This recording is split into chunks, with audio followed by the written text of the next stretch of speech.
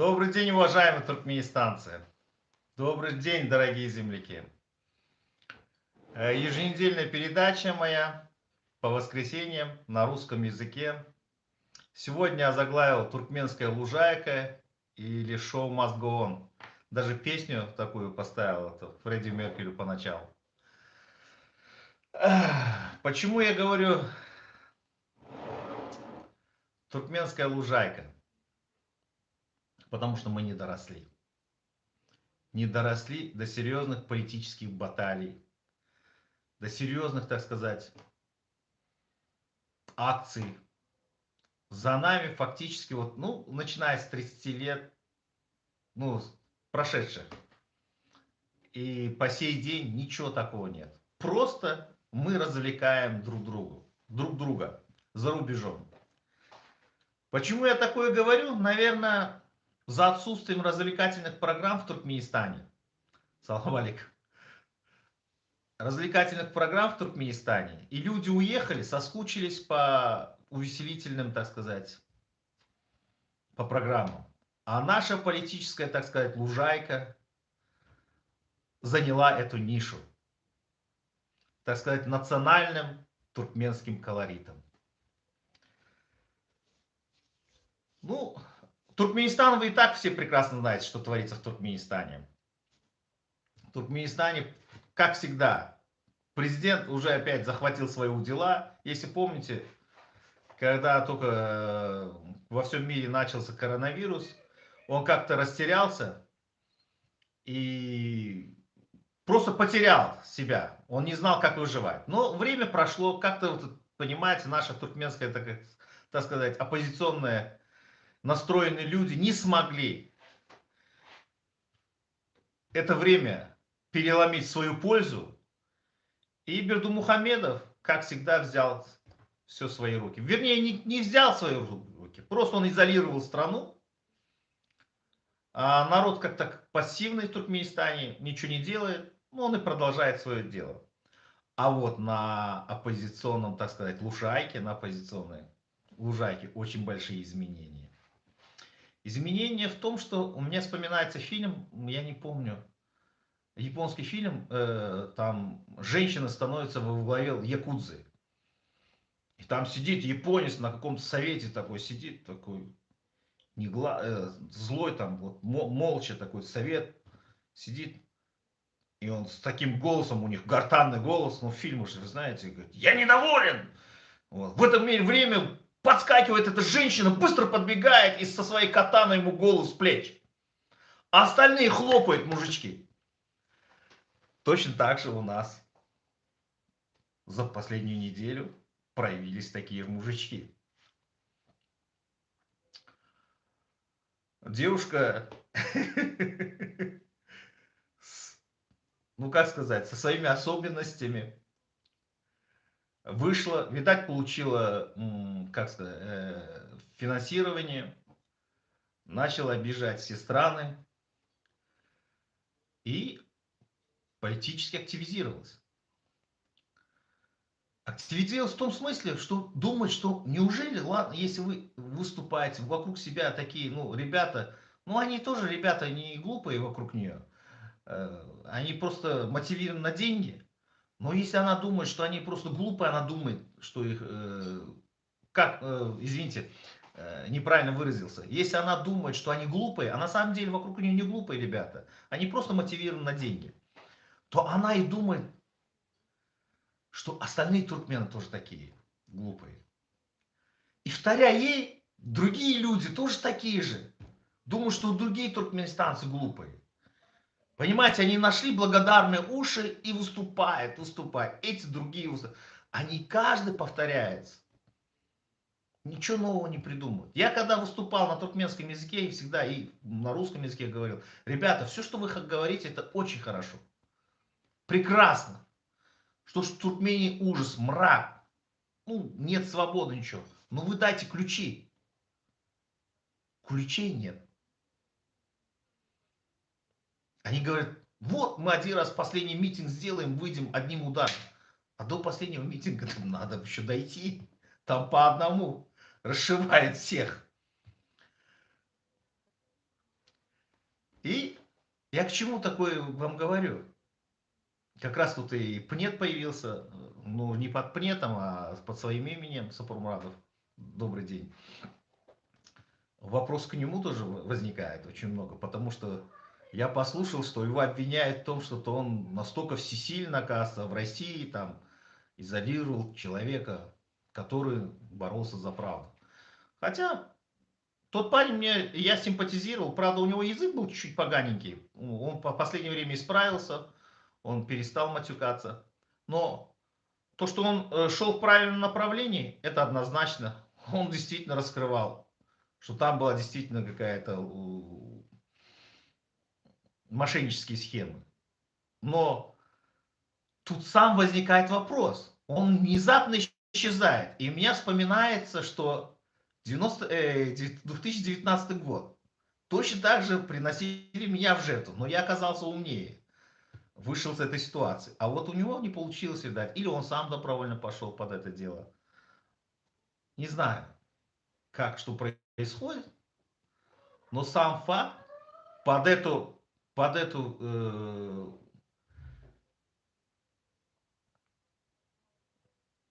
под эту ситуацию, понимаете, очень много вытаскивают грязи, обвинений друг друга. И вот несуществующие, понимаете, угрозы. Вот подождите, я выйду, я выложу вас, вот я это сделаю, я то сделаю. Ребята, вы ничего не можете сделать. Вы себя не можете прокормить. Вы свою семью не можете прокормить. А как вы собираетесь у людей ответ спрашивать? Мне смешно. Да, там это моль в очках выскочил вчера, там ну, умело играть, дирижирует умело. Ну ладно, это все производное. Вы все прекрасно знаете, что на туркменской политической лужайке это застой, это болото, которое уже дает отвратительным амбре. Вы прекрасно знаете, когда болото нет течения, это болото. Вода начинает портиться, там произрастают всякие тины, всякие эти растения, которые вот эту воду приводят в застойное положение, от которого даже пить невозможно. Точно такая же наша, можно сказать, сравнить нашу политическую лужайку. Это болото, в которое зашли люди и не могут выйти. Почему я такое говорю? Потому что все заходят и друг другу гораздо поливать.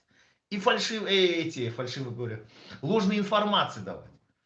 Слушайте, то вы на меня пишете заявление Министерства внутренних дел Великобритании, что я незаконно получил убежище. Сами прекрасно зная, что в законодательстве западных стран, ну, по крайней мере, во главе у вас стоит человек, который знает, как бы, позиционирует себя, что знает законодательство западных стран, то за короткий период времени невозможно получить гражданство. Я и рад был бы получить гражданство, но у меня его нету. Если бы у меня было бы гражданство, я, может быть, тоже как бы свободно разъезжал бы.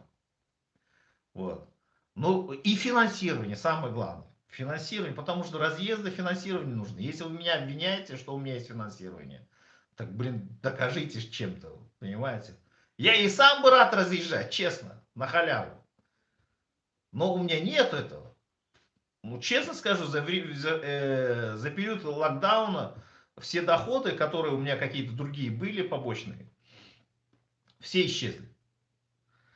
Ну, потому что никто не работал, весь мир не работал. Никакой бизнес не работал. Поэтому вот такая ситуация. А давайте просто серьезно посмотрим на эту тему. Почему активизировались эти люди?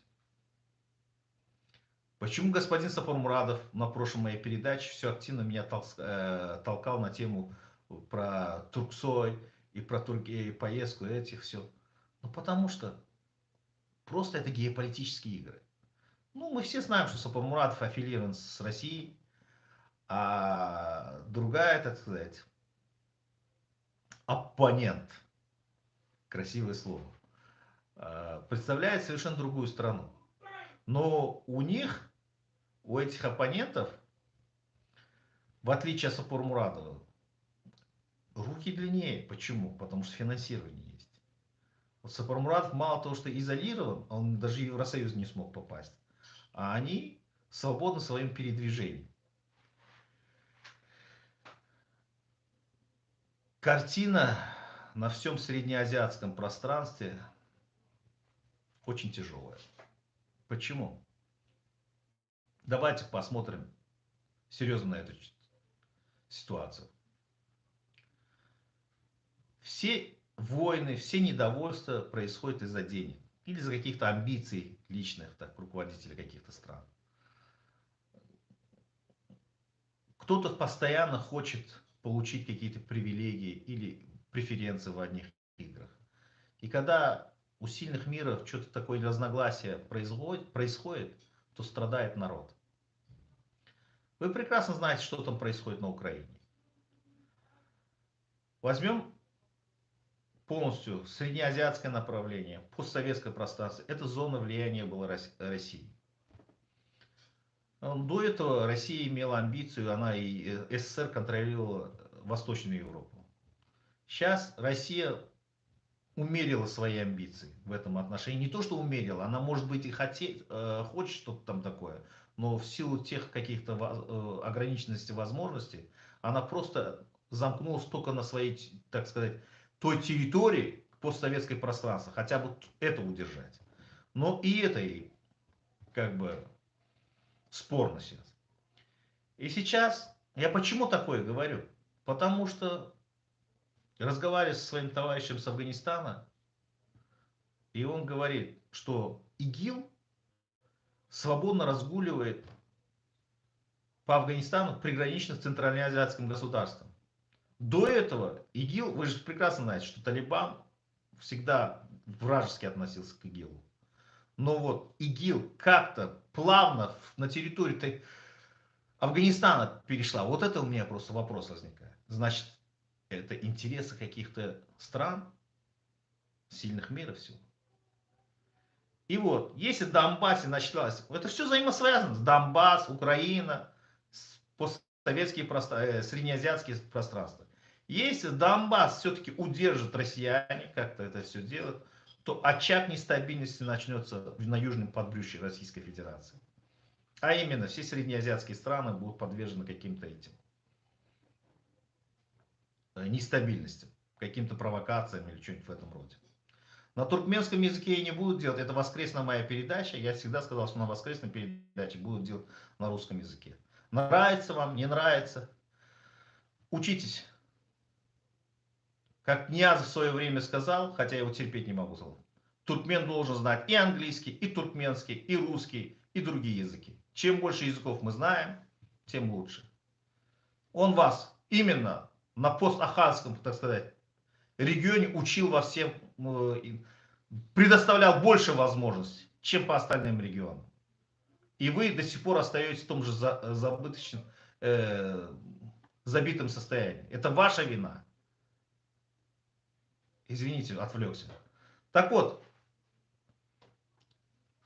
очаг нестабильности может возникнуть на южном подбрюшье Российской Федерации, именно на централизационном направлении. Потому что наверху не могут договориться. А Туркмения, вы сами представляете сейчас такую ситуацию, она как яблоко, которое поспело. Кто только сорвет ее. В стране почему держат закрытые границы? Не от того, что там кто-то приедет, а от того, что остатки людей могут уехать. Они создали искусственные препоны по всем этим программам, соотечественникам или чем-то такое. Только российское, так сказать, посольство более-менее функционирует. И тут сделали искусственные препоны, чтобы к ним не могли попасть. Да и с этими россиянами, мне кажется, они договорились, понимаете, чтобы как-то растянуть эту ситуацию.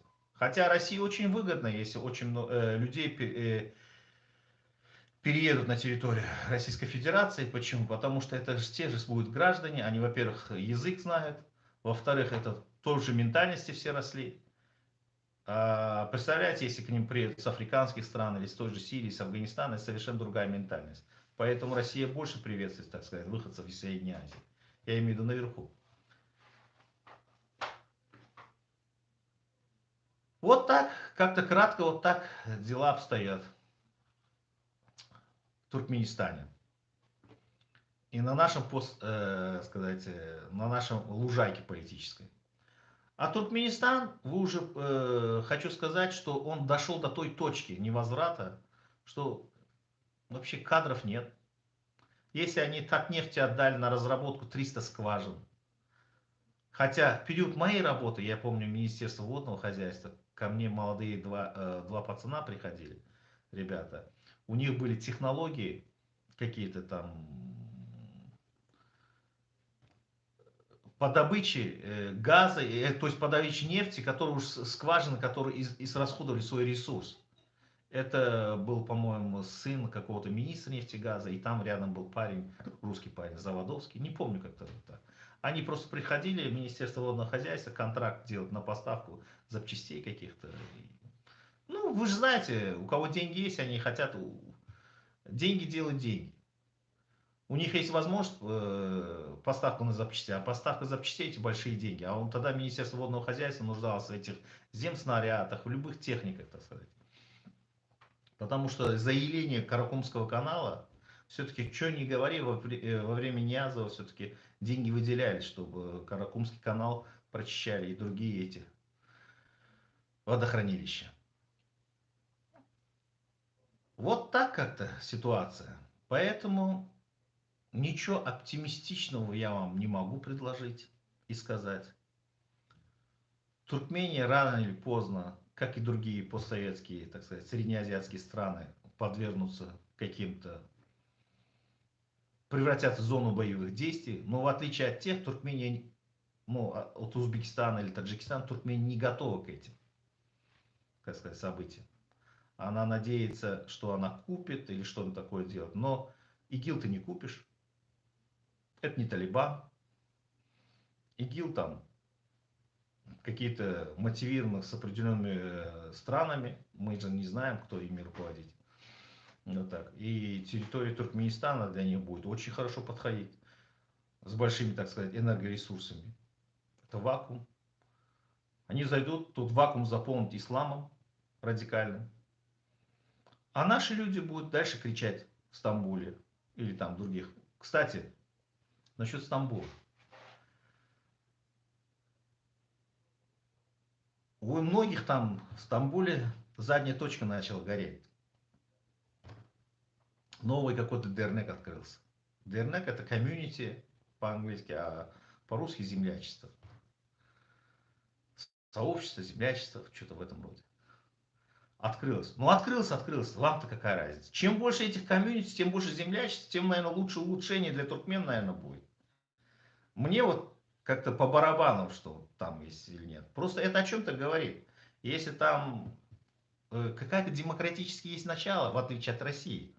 В России даже не надо создавать комьюнити, там что-то, у нас национально-культурная автономия там создана во всех городах, которая контролируется определенными структурами. И когда надо в России, махом эти национально-культурные автономии могут превратиться в пятую колонну, так сказать.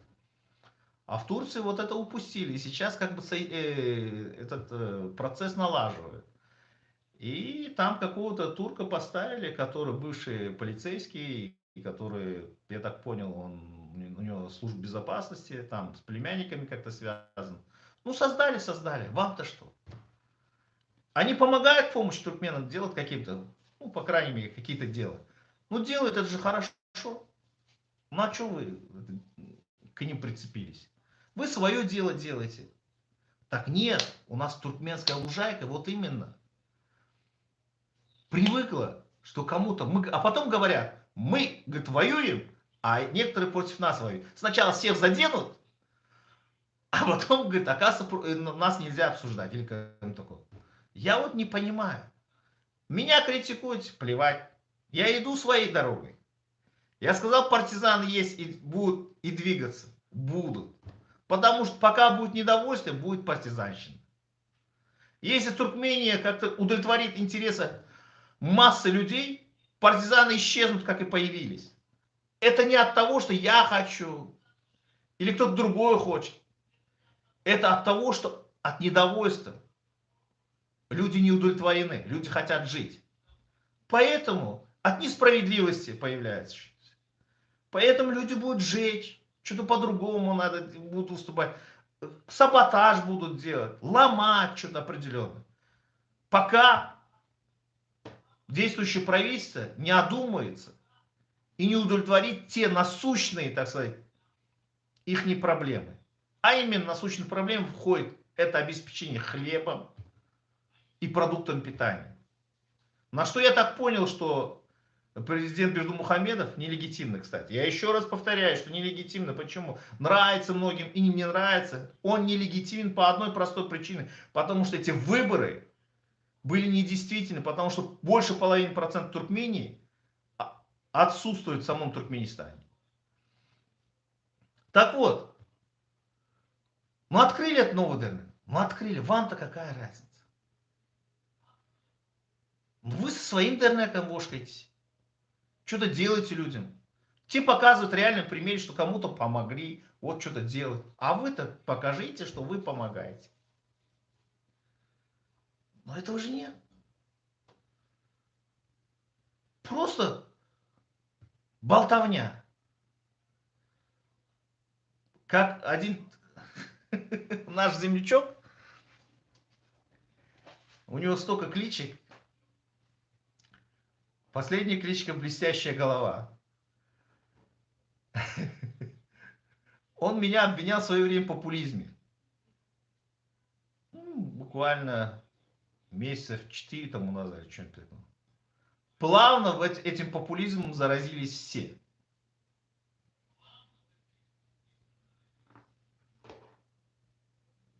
А решения проблем-то нет для Туркменистана.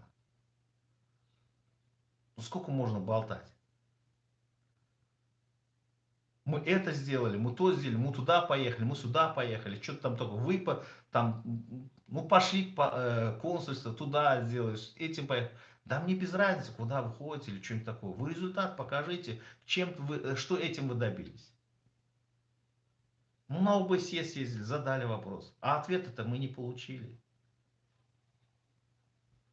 Ну не получили же ответов. Ну хотя бы, чтобы потом за эти ответы, потом тот же ОБСЕ, когда-нибудь припомнить же надо, этого же не было. Это чистейшей воды популизм называется. Или поездка в этом консулу. Или другим. Вы меня тоже можете обвинить в популизме. Но у меня-то, по крайней мере, в 2019 году выхлоп был. Вы появились. Вы все, которые на лужайке, которые сидели в подполье, может, не должны. Вы сейчас вышли, открыто начали выступать. Говорить. За исключением, кстати, это Сапар Мурадова и Равшана Клычева. Они до этого выступали. Да. Поэтому, что не говорите, вот, эту же платформу, вот, так сказать, эту площадку подняли мы. Надо отдать должное.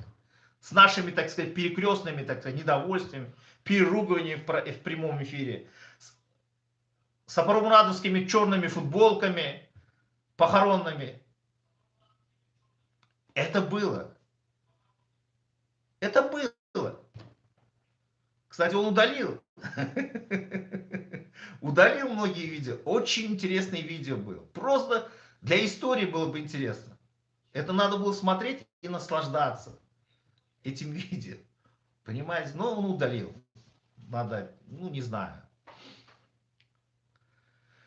Так что вот такие дела, господа. Вот как-то так. Ничего нового нет. Мы все топчемся, бултыхаемся в этом болоте, воняем там в этом болоте. Да-да, воняем. Нравится, не нравится. Амбре просто отвратительное. И на нас все смеются. Мало того, над президентом смеются. Этим Гурбангулу Бердымухаевым. Теперь над оппозицией смеются. Почему? Потому что оппозиционеры друг другом заняты. Они уже поделили виртуально все должности. Да, кстати, хочу напомнить, про должности говорить. Я говорю, Сердар Дурдулиев есть. Ну, иногда смеха ради я с ним звоню, разговариваю. Я говорю, Сердар, я говорю, ты пустой остался. Он говорит, что? Я говорю, ну вот смотри, говорю, Азат Хайбаев, говорю, должности министра обороны был, говорю, с $1 000 000 в правительстве, говорю, господина Сапурмурадова. А Таджан Каландаров, председатель ну, министр национальной безопасности в правительстве Иклымова. Ну, а говорю, а ты пустой остался. Он говорит, да ладно, говорит, я говорю, ну потому что, говорю, ты тогда, говорю, если бы в обморок не упал бы, когда меня, говорю, ты, говорю, проявил бы себя характер, тебя, говорю, не только министром обороны, тебя, говорю, президентом назначили. Он говорит, я растерялся, говорит, действительно, говорит, он меня толкнул, и у меня, говорит, ну я что хочу сказать, они уже, говорю, правительство построили, все сделали, должности распределили, только вот государство еще не захватили. Вот так и живут, понимаете? Просто по ним надо ставить спектакли, понимаете? Спектакли, шоу.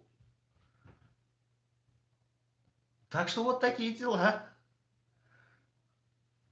Задавайте вопросы ваши. Очень интересно будет отвечать, если честно. По крайней мере, я думаю... Сейчас, секунду, я на ваши вопросы.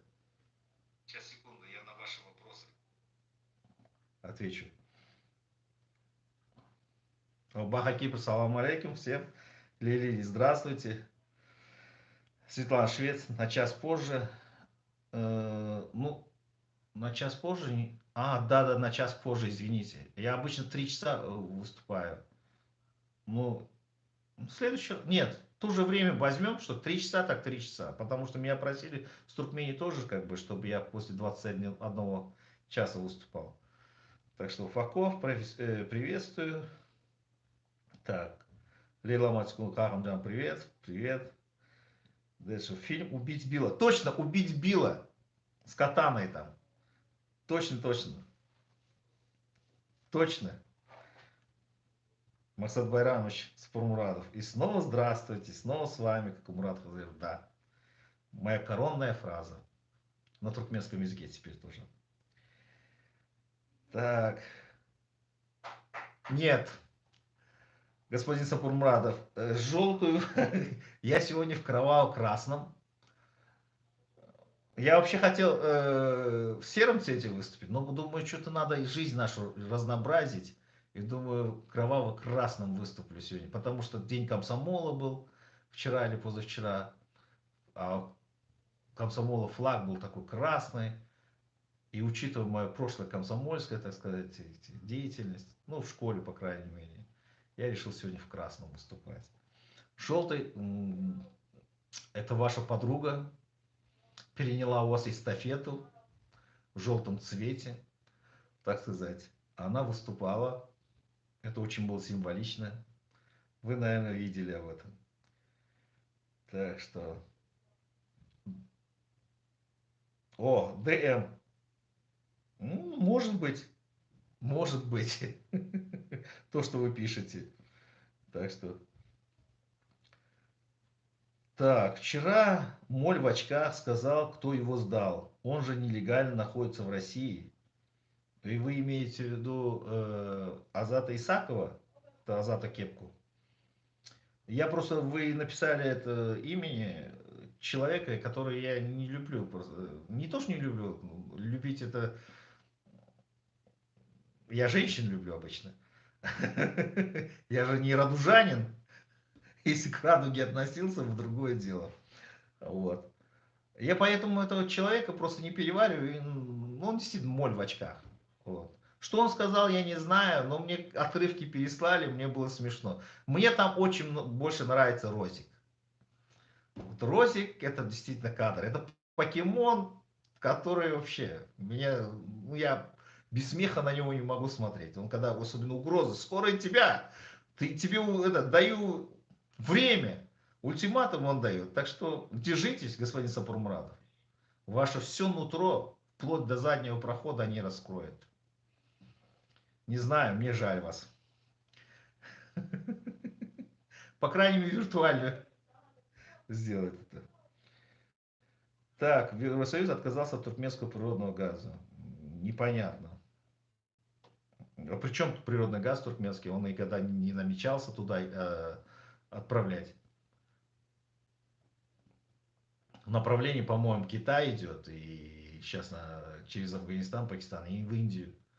Евросоюз как-то на этом площадке как-то себя не зарезервировал.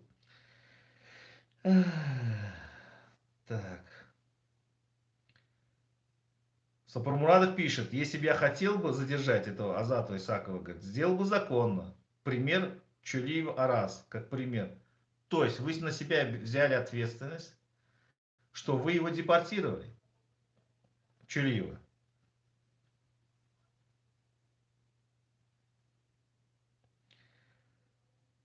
Иззет Бабаев, Туркменша я не буду делать, я сказал уже. Так. Россия и Америка без Евросоюза решили судьбу Украины. Максат Баранович пишет. Максат Баранович, как много у вас тут? Вы другим-то дайте, что писать.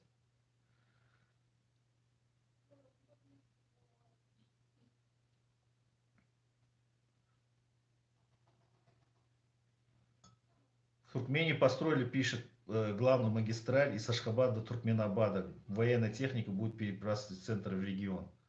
Но это-то чем поможет? Но если военнослужащий не обучен, но это и мотивации-то нет. Поэтому я не думаю, что ли какая-то любая техника поможет. Даже те же Байрактары не помогут. Если там специалист не приедет из Турции, как-то не будут руководить этим. Босхур Туркмен Салам, Салам.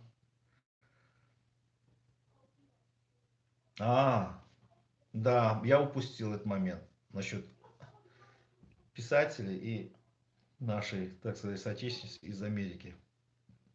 Знаете, я думаю, она задает новый тренд.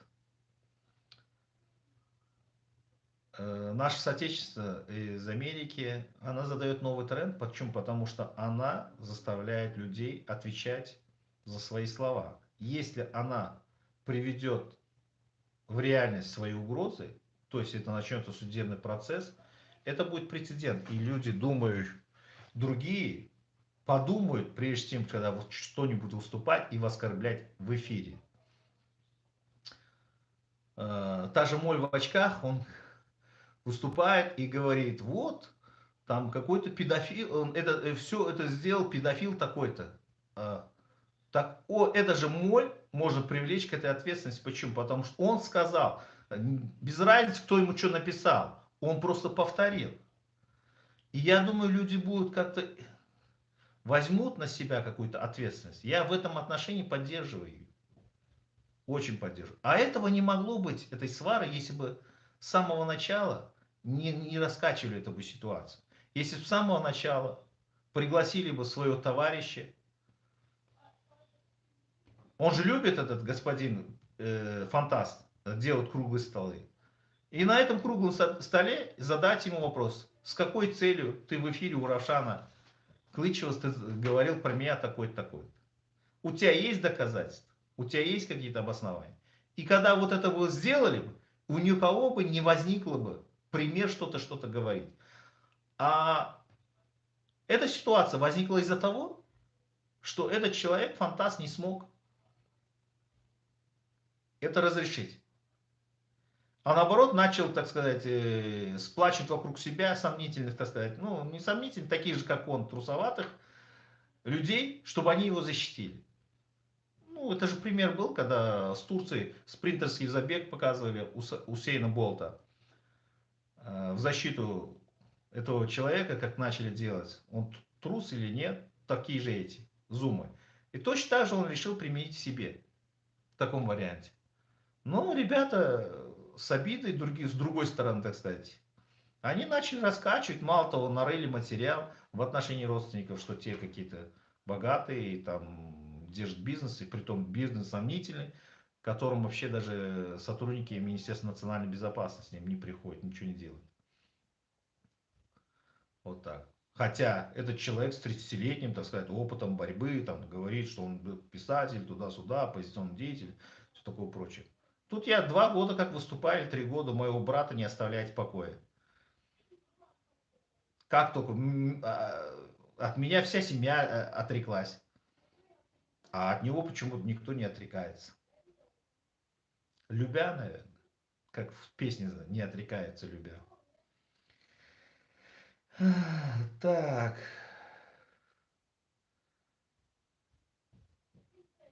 Я не знаю, что выступление было. О, господин Сапур Муратов. О, Оян Туркмен, Равшан появился. Добрый вечер всем, удачных вам эфиров, Ахмрада. Исуге Аксакал специально вытащили, чтобы он защитил Бердмухамеда среди народа. И он в официальном протоколе. Вот видите, человек с прошлым определенным заслугами. Я так и понял, что его держат как ширму. Так, он спец по антитеррористической борьбе и защите высокопоставленных чиновников. О, его ученик, наверное, это тот Денисбей, который меня брал в этом, в отеле Мармара. Так, меня удалили, но они сохранили. Это видео, господин Сапурмурадов говорит, ну, пожалуйста, перезалейте это видео. Очень интересно была бы ретроспектива. Никто на вас жалобу не подаст. Но если вы перезальете эти видео, просто интересно было бы для истории, по крайней мере. Вот так. Так, Акамурада Азат Кепканы içeri almış mı хабарың бар mı? Хабарым yok, если честно, потому что Азат Кепка как-то мне звонил, говорит, вот так-то, так-то, про это расследование, про этого Мирдана Иламанова. Вот так, я говорю, да, Мирдан Иламанов его зовут, действительно, у меня даже копия его паспорта есть, как Мирдан Иламанов, который представляется Дидаром. Да, какие-то были денежные эти дела, но я это не направление не курировал. Почему? Потому что я, где деньги есть, я сразу сказал, меня там нет, один человек должен курировать деньги. И с самого начала я был, у меня не было доверия, что в Ашхабаде что-то произойдет. Почему? Но меня убеждали, что именно хитровские ребята поднимут и что-то сделают. Ну, я сказал, если вы поднимут, тогда ты и веди, курируй этих ребят. Вот так. Ну, зная Туркмению, по каким я, где я работал, всю внутренность такая, у меня не было такого чувства, что хитровка какая-то поднимется. Поверьте мне. Как бы ее ни идеализировали, хитровка не поднимется. Вот так. Так. Да ну, господин Сапурмурадов всех отслеживает. Аквиль Сапар, говорит, ответил уже сегодня. Честно слово, я не смотрю. Душа ответа. Кахамра Салом Малик, вы в курсе, что случилось 13 октября на... Нет, на трассе Туркменабад, нет, не в курсе. Вот и Светлана Швец пишет, а что было, душа? Сколько людей погибло в аварии? Карго, КамАЗ и ГЛР? Нет. Было бы интересно, если бы написали. Железный человек пишет, есть ли оппозиция у туркменской власти? Нету. Клоун одни. Вот честно скажу, железный человек. Притом цирк уехал, а клоуны остались. Так мой один товарищ сказал. Клоуны эти развлекают. Выходит и развлекает нас. С фундаментальным убеждением идеологии. Нету, конечно. Мое мнение нет абсолютно. И не будет, пока все не вернутся на родину и внутри государства. Дело не в этом. Может же оппозиция не обязательно должна быть внутри государства существовать. Она и за пределами должна, может быть. Но оппозиционеры, каждый заняты своим, так сказать, популизмом. И плевать им, что происходит на родине. Многие из них с протянутой рукой ходят, у которых нет финансирования. А многих, у которых, ну, эти клоуны, у которых есть финансирование, они марионетки определенных, так сказать, структур государств. У Сапармурадова точно нет ни денег, ничего. Господин Сапармурадов, не обижайтесь. Только у вас этот YouTube. Да и то, наверное, в кафе сейчас. Не обижайтесь. Так. А все, что... Железный человек пишет опять. А все, что мы наблюдаем сейчас, это просто видеоблогеры. Только и все. Да, согласен. Душа ответ. Теперь невинных сажают в тюрьму. Бедные солдаты. Неужели? Я не думаю, что будут дальше сажать. Бердымухамед, мне кажется, понял, что народ надо беречь, не то они свалят оттуда. Не то он один со своим тухумом останется. Поверьте мне. У него совершенно другая тактика появилась. Не зря он Касым Джумарту подарил Токаева, президент Казахстана, лошадь и собаку, чтобы бесперебойное снабжение хлебом и этим. О, у нас блестящая голова появилась. Добрый день, добрый вечер. Азат Хайбаев пишет. У меня к вам вопрос. Опишите, пожалуйста, французскую круассана Мурада Курбана, потому что, что я сделал против видео, почему-то нажаловался на этот канал. Почему-то нажаловался на этот канал Вадан Хаварлар. Я чуть не понял вопроса. Вы, не знаю насчет чего, господин Хайбаев, но вы там про меня тоже ложную информацию дали. Что я гражданин Великобритании. Вы же прекрасно знаете, что у меня нет гражданства. Во-вторых, я и сам в шоке, почему Рашид Миредов на меня жалобу не пишет в Великобританию. Ну, в отношении их-то могут как-то подать или что-нибудь. Но в отношении меня почему не пишет? Не знаю. Значит, у них нет. Значит, у них брюшко в говне, извините за выражение. А насчет того, что господин Курбанов, у меня нет никаких фактически отношений с того времени, как я вышел с ДВТ с определенными интеллектуалами, с командой админов. И мы ушли совершенно в другую стезю. У нас новое движение, у нас партизаны, и мы поддерживаем эти партизанское начало в Туркменистане. Да, на первый взгляд вы не видите партизан наяву, но они своими результатами показывают, то есть своими действиями показывают, что они существуют. Так.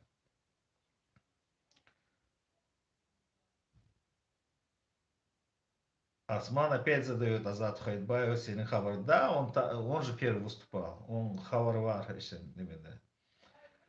Так что, Мирдан Калкан, Кахамрата, Гаты Гурме, Сенем Гаты Кен, Ялан Гурлия.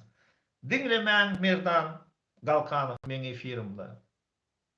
Yapmasa oturma men efirimde. Kime yakın olsa şu giriye men efirimde. Душа ответа. Да, Светлана, вы правы. Это очень в строжайшем секрете держит. Это про народ, наверное. Так что вот так. А что удалили, душа ответа? Какой ответ-то? Я модераторство никому не даю, ребята. Поэтому я даже ваши отрицательные вопросы, такие сказать, негативные, тоже читаю.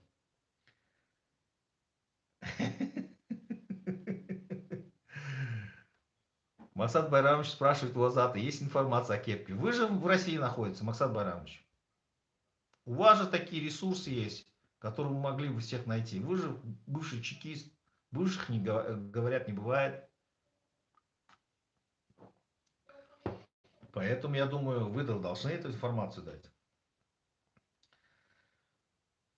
Про аварию душа ответа пишет. Ребята, печально. Понятно, душа ответа я удалил. Печально то, что, понимаете, мы можем потерять не только родину, мы можем потерять как государство Туркменистан. И мы занимаемся черти чем, только не родиной. Я думаю, и Бердумухамедов сейчас, понимаете, он понял, что катастрофичная ситуация. Если он откроет границы, народ свалит оттуда. Он понял, поэтому всячески делает, чтобы народ обеспечить всем, чем угодно, чтобы они остались. Так, сейчас я отвечу на ваш вопрос, Азат. Я просто хочу сказать, что катастрофичная ситуация. Мы заняты всем, чем угодно, только не Родиной. А народ Турции, понимаете, он остался, он не хочет. Ему устраивает даже то нелегализованное состояние, в которое они сейчас там находятся, и они их удовлетворяют. Кстати, пользуясь случаем, хочу сказать, что вы можете сейчас все пойти заявление подать в Гочидара или как-то легализоваться. Идите. Просто некоторые придумывают, что это как геройские поступки, там уже начали опять новых героев, там внутри, оказывается, хотели сделать бунт, там они испугались, поэтому выпускают. Да чушь собачья. Эрдоган, который 10 послов выкинул, он не любит, когда на него давят, там туркмены какие-то там бунт хотели устроить. Да он вас быстренько в самолет посадил, если бы за такие дела. И отправил Туркмении, нравится, не нравится тому же Бердымухамедову. Нравится, отправил бы турецкими авиалиниями и отправил всех вас. Потому что у Эрдогана есть рычаг давления. Потому что у этих племянников и у него есть недвижки на территории Турции. И он об этом осведомлен. Из себя строит героев таких. Да, он действительно Алладух. Правильно Футкар Дутаров сказал. Алладух, он и есть Алладух. Удивляюсь просто.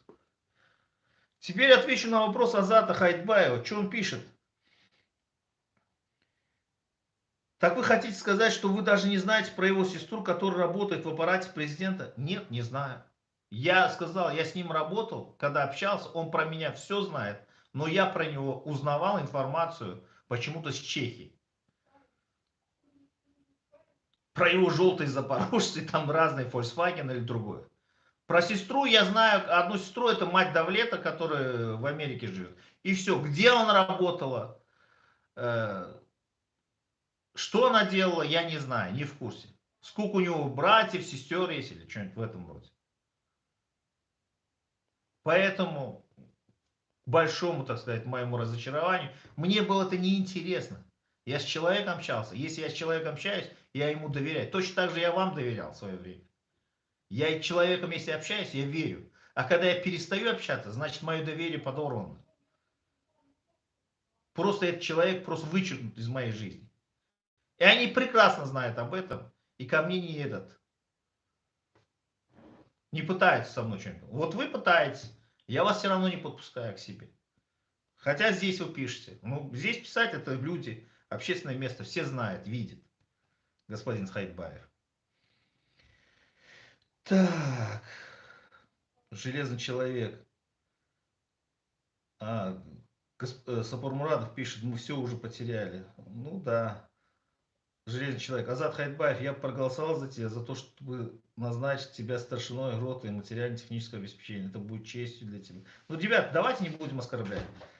Ну, он тоже, по крайней мере, выходит, что-то делает. Тоже Хайдбаев выходит. Но он со своей хитринкой, молодец парень. Он страхуется, когда надо, он опаздывает. Но сам факт, умеет же вовремя проявиться популизмом, там где-нибудь нарисоваться. Это тоже талант. Это тоже талант. Надо уметь себя где-то зарисоваться. Человек без больших амбиций, он же не претендует кем-то чем-то быть. Только на бокал шампанского в этом. Оузхан, что-то там, топлук көшкісі, что ли, мне говорил. И то, оказывается, я должен был ставить шампанское. Так что Марал Давлетовна пишет, может вопрос не по теме, подскажите, как вы, если человек с Туркмении? РФ посольство ничем, кроме статуса, помочь не могут. А это долго, справки для лечения собрать невозможно. Большие взятки, тупик тупой. Ничем не могу подсказать, Марал Давлетов. Только могу сказать, если человек родился во времена Советского Союза, есть программа соотечественной по переселению. Если собираете все справки, они могут забрать этого человека. И то, как получится, сейчас только на следующий год, в мае или июне уже начал запись на вывоз. Так что я не знаю, только вам Господь Бог может помочь. Так, Гучи Тарас, и все это не проканать, ни голодовка, ни забастовка, просто это невозможно. Это насчет темы вот про этого Аладуха, который кричал, наверное, что мы там... Я сам тоже помню, ты же мне рассказывал, Равшан, в Хатае там эти бородастики все, они же уже могли бы там какие-то эти делать. Они тем более опытом войны все это. Но они тихо сидели же, ты говорил. А тут человек пошел, а сам сдался, герой себя, мы это хотели, мы то хотели. Глупости какие. Просто Европа уже, говорит, не финансирует, у них места нет, поэтому просто для формальности запирает и тупо выгоняет. Вот, тем более надо тогда говорить нашим всем туркменам, ребята, идите 3 дня посидите или сколько, 4 дня, потом вас выгонят. Денег нет все равно. Ну, Азат, говорит, министр обороны, вопрос закрыт. Это Хайдбаев, я так понял. Но вы миллион-то не дали. Там $200 больше, значит, насущных проблем. Вот если бы миллион вы дали бы, Сапармурадов, другое дело бы. Салам, Никите, салам. Вот так. Рахман Ага пишет, голосуйте за Сердара и за Аркада, то есть в одну яму. Это голос отчаяния Рахмана Ана, поэтому он не серьезно это просто написал. Просто отчаяние, потому что его племянника Байрам Аллаев закрыли, не отпускают. Вот так. Такие вот дела, господа. 10 минут до конца эфира. Очень интересно, продуктивно. Пишите вопросы. Кстати, очень интересно, да, мы не общаемся ни с Сапармурадом, ни с Хайдбаем, а вот тут в комментариях общаемся. Почему? Потому что открыта площадка. Тут надо все видно. Значит, опасаемся друг от друга. Ну, действительно, от Сапармурадова я опасаюсь, потому что с ним открыто разговаривать, он завтра по-другому вытащит, все сделает, и вот, нате, выдаст. Масад Байрамович, вы такой, не обижайтесь. Но это не означает, что я должен вас матюкать или что-нибудь такое. Просто я восхищаюсь вашей, как бы сказать, вашей предприимчивостью, особенно ваша экстрасенс, она меня просто поразила. Вот поставьте, то залейте то видео, когда вы экстрасенса там интервьюировали по поводу моих, так сказать, психологических характеристик. Это было бы просто отпад. Так что вот такие дела, господа туркменистанцы. Туркменистан вступил в Туран. Реально? Я не в курсе. Infinity пишет, Туркменистан вступил в Туран. Ну все, да-да. Он уходит из-под влияния России, тогда точно там что-то будет на туркменской границе в Афганистане. Да, господин Сапармурадов? Вы готовы с конвоем гуманитарной помощи, так сказать, в Туркмению поехать? На КАМАЗах?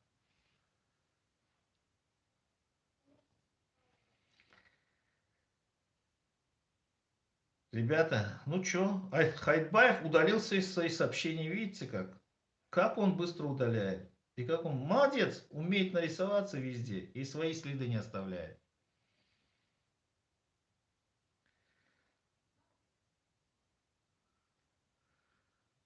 Так, салам алейкум из Чарджо. Кахмрат, я ваши браты интервью видел, что он жаловался на вас. Ну да, жалуется, но что делать? Я его понимаю. Ну, когда если на тебя целая машина давит, приходит целая машина лица в МХМ, ему же жить надо как-то. Он, естественно, от меня откажется. А Туран, говорит, оказывается, не вступил еще. Вот видите, господин Сапарматов это очень серьезно отслеживает. Так что вот так, Хайдаров Ресул. Кому-то приходит домой, кому-то не приходит. Родина мать глядит на вас с плакат с немым укором в глазах. Ты засветился во втором Филиппском переулке. Светлана Швец, молодец. Вы читаете, господин Сапармурадов? Родина мать глядит на вас с плаката с немым укором в глазах. Ты засветился во втором Филипповском переулке. Как Амрат Ходжам Атабаев пишет. Как Амрат, скажите, будет только с активистами. Вот смотрите, давайте честно. Ходжам Атабаев. Турция была плацдарм. Вообще надо стратегию смотреть было, понимаете? Стратегия в том, тактика, стратегия, вы прекрасно знаете. Турция была плацдармом, чтобы разбудить людей. Эти люди должны были дальше будить своих родственников в Туркменистане. Но эти люди в Турции, они зазвездились, подумали, они себя в героев превратили. Они захотели быть звездами. И дальше дело не пошло. Почему? Потому что на тот момент вот, и сейчас они себя чувствуют звездами. Они борются. Но они не понимают, что Туркменистан в Туркменистане-то находится. Они в Турции. Поэтому вот такая ситуация.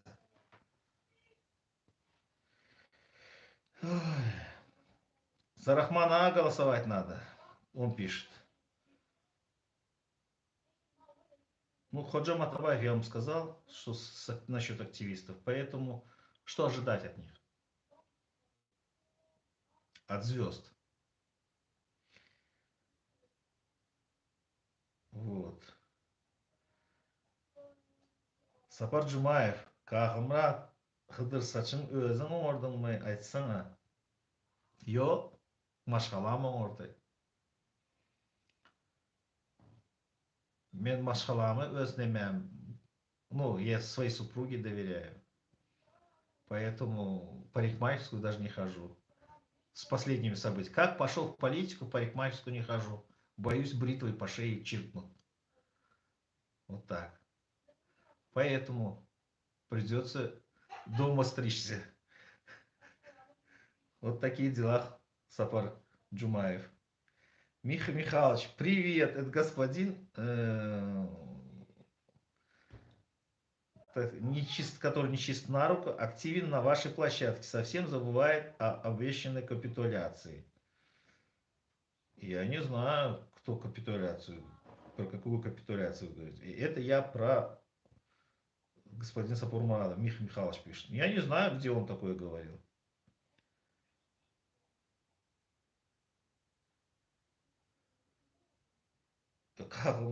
Is it çok there?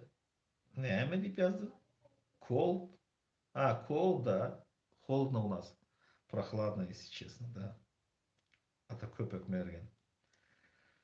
Не знаю. Вот такие дела. Так что боюсь ходить в парикмахерские. Чиркнут еще по шее, и вы потеряете Кахумрада Хадырова. А кто вас по воскресеньям будет развлекать? Просто же интересные программы. С юморные, когда мы друг друга, так сказать, постебываем, подкалываем. Вот такие дела. Господин Сабурмурат, да действительно, Родина-мать на вас с укором смотрит. Когда вы засветитесь с плакатом Мурата Душема во втором Филиппском переулке.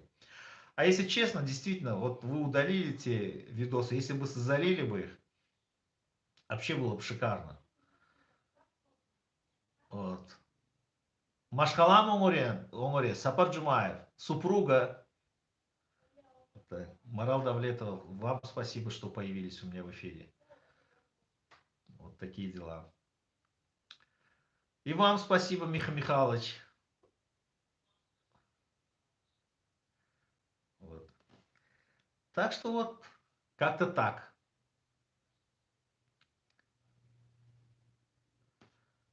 Около 8 лет или 7 лет, не помню, 7 или 8 лет я здесь, в Англии. А такой как... Так. Так. Просто не old, how long, наверное, надо написать. How old are you? 59. Ой, 59, 49, слушайте. 49, что-то уже 59, на 10 лет старше себя сделал. 49. Так, Рахмана пишет, я доволен от этих, так сказать, активистов. Ну, рад за вас. Такие дела. Всем вам тоже спасибо, господа туркмены. Вопросов меньше было. Если было бы побольше, ответил бы на все ваши вопросы. А так, мы уже поняли, что политическая лужайка это болото наше. А серьезные темы мы не можем обсуждать, потому что народ не серьезен. Туркмения, кстати, засветилась тем, что выбросами метана в атмосферу. То есть она нарушает все зоны экологии. И в любом случае что-то будет. В любом случае. В любом случае будет что-то, которое для туркменского народа это принесет улучшение. Для людей, у которых деньги, ну, естественно, какие-то будут перемены, потери большие. Но для народа Туркмении это однозначно будет хорошо. Рамазан Джума, ты у меня первый раз появился. Обычно у людей других ты из той банды якудзы, женщины. Да, спасибо, все хорошо у меня. Эфир-то закончился. Но на твой вопрос отвечу, если ты хороший вопрос задашь.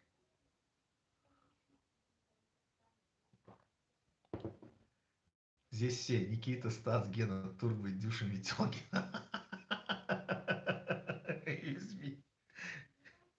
Я тоже думаю, что все тут присутствуют, но тихо не проявляет себя. Но давайте просто под конец скажем так, определимся.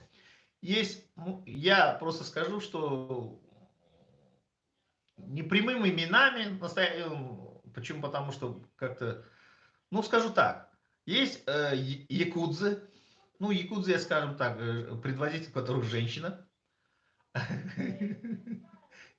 Есть, так сказать, ну, Сапурмурада вы все знаете, Пнет. Пнет, какое красивое слово, да?